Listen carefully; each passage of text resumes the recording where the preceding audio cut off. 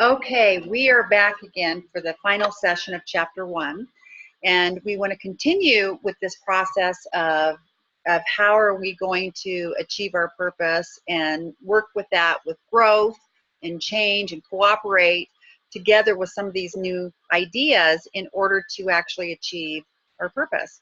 So, are you running towards change or are you running away from it? Now, see, some people have some funny ideas about this, especially when it comes to cultural perspectives. And it's important to realize that in terms of culture, culture changes with society. And some other principles are actually immutable. They don't change. They stay the same.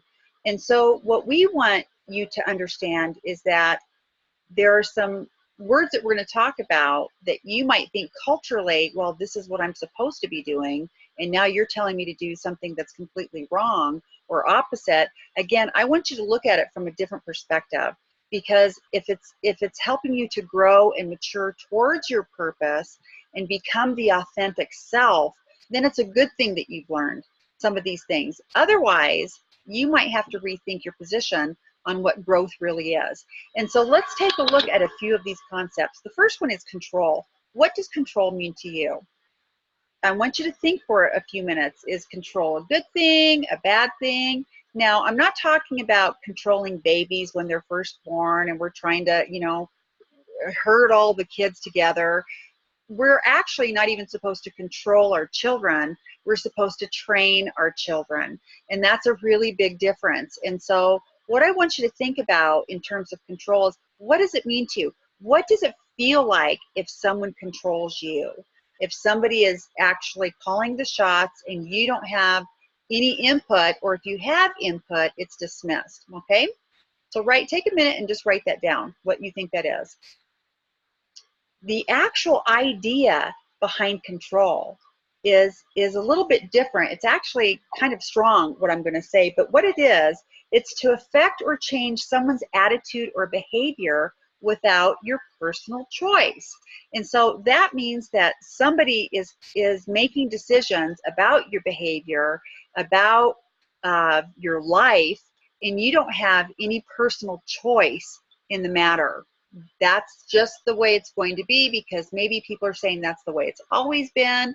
Maybe they have a set of rules that they follow and say, well, this is what we do in our culture, this is what we do in our belief system, you do what you're told.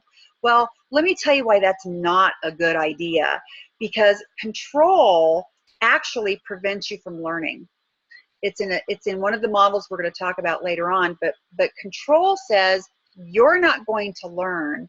I'm just going to tell you what to do, and robotically, you're going to respond to this. So it prevents learning, and if you can't learn, you cannot grow. And that's a real problem, especially in some circles. So I want you to think about areas of your life where you feel like you're being controlled, or if you are actually controlling other people. Because keep in mind, if you're controlling people, you're actually preventing them from learning and you're preventing them from growing. And that's not what we want, especially in terms of purpose, because that will really stop you dead in your tracks from actually ever achieving purpose. Okay, so keep that in mind. That's a biggie. The second one is, what does influence mean to you? So influence may mean a lot of different things. Maybe influence for you is something like, well, it's what we see on television. It kind of like is how I'm going to wear my hair, what kind of fashion I'm going to wear, what kind of music. I'm influenced by this. We're influenced by a lot of different things, but here's the interesting thing about influence, because the real idea about influence is to affect a person's attitude or behavior, but allowing that person personal freedom to make that choice. So you don't have to get the latest car, you don't have to listen to the latest music or dress in the latest fashion or whatever it is. You have choice in making that decision if you want that influence to come into your life. And so that's something that's very different from control, which again says you're going to do what I say without any feedback from you, versus influence. Hey, I actually have the choice to decide if I want to do this or not. Now, this is a good model, Some people use influence in a bad way, but for the sake of core purpose, we want you to keep it on this mindset that we're using it in a very positive way. It's an investment building model. We don't want to control people. We don't want to force them to believe a certain way. We don't want to force them to have certain behavioral changes. We want things to come on from the inside. We want them to choose to do it because growth is a wonderful thing. The corn wants to be corn. It wants to grow into corn. It just needs to have the right environment. And this is part of the environmental features that we mentioned earlier, influence and control. So if you have influence in your life, how does it feel to you when somebody influences you? If you see somebody and you're like, I want to be just like that person. I want to be smart like that person, or I want to sing like that person, or I want to fix cars like that person, or whatever it is that you see somebody that you admire and you want to kind of like be like that person is demonstrating influence. Hopefully they're not saying you better be just like me. No. Hopefully that person is saying, hey, maybe there's some things that you can learn that I'm doing. I'm happy to share them with you, but you're your own person. And what can you do with this stuff that you've learned? Probably much better than what I've done with it. And that's influence. So take a look at this page. Do you think that control is the same thing as influence? Well, we just talked about it. It really isn't.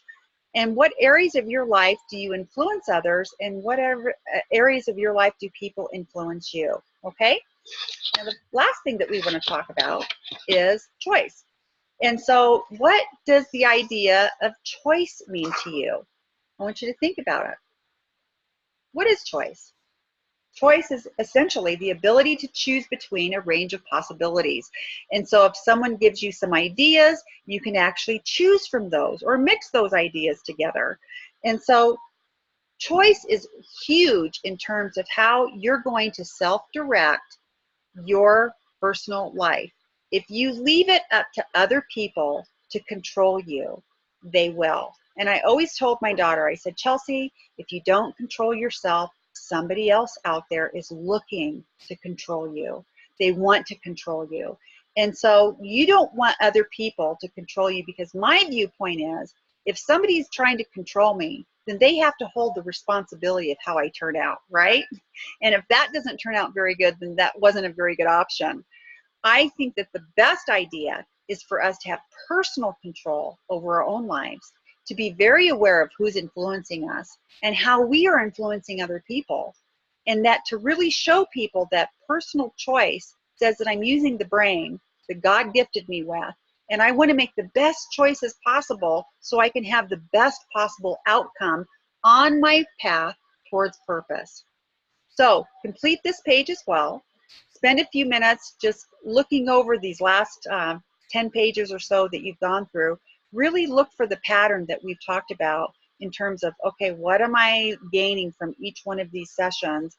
Am I applying each one of these? And this is the really important thing to remember. We can learn a lot of stuff. And, you know, Westerners are really big on the next, latest, greatest product, fad, thing to go to, even personal development things. They want to do these, oh yeah, I'm going to go to this seminar, now I'm going to go to this seminar, now I'm going to go to this seminar, I'm going to go to this meeting, I'm going to go to this workshop. And we don't see a lot of growth from that, because we think that by just attending these workshops, we naturally grow. And while some people seem to maybe grow and actually gain from it, it's because they've taken on board what they've learned from these workshops. And so it's really important, as you're going through each one of these pages, and as we're having these informal kind of digitized meetings, it's really important for you to spend some reflective time and ask yourself, how much does purpose mean to me?